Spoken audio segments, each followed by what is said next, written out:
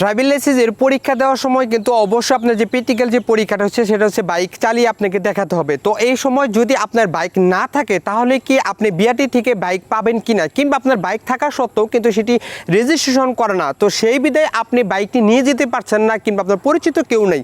তো এরকমই প্রশ্ন কিন্তু এই পরিবারে অনেক ভাই ব্রাদার করছেন। তো সেক্ষেত্রে আমি বিআরটিতে বাইক পাবো কিনা, অবশ্যই 100% বাইক পাবেন। বাট সেখান থেকে কিন্তু অবশ্যই আপনাকে 200 থেকে 250 টাকা নিতে পারে একটি বাইকের পরীক্ষা দেওয়ার জন্য। শুধু আপনি ওখানে 200 টাকা দিলেই কিন্তু আপনি একটি বাইক পেয়ে যাবেন, আর সেই বাইক দিয়ে কিন্তু আপনার ওখানে একটু চালিয়ে দেখাতে হবে যে আপনি সেই পরীক্ষায় পাস করছেন কিনা, কিংবা জিগজাগ পরীক্ষা, মানে সব কিছু পরীক্ষা কিন্তু আপনাকে ওখানে দিতে হবে। আর আপনাদের একটি রিকোয়েস্ট করব, অবশ্যই যখনই আপনারা এই বাইকের পরীক্ষাটা দিবেন তখন ছোটো যে বাইকগুলো আছে ওগুলো চয়েস করবেন, বড় বাইকগুলো কখনোই নেবেন না, বা কারো যদি থাকে তাহলে নেবেন না।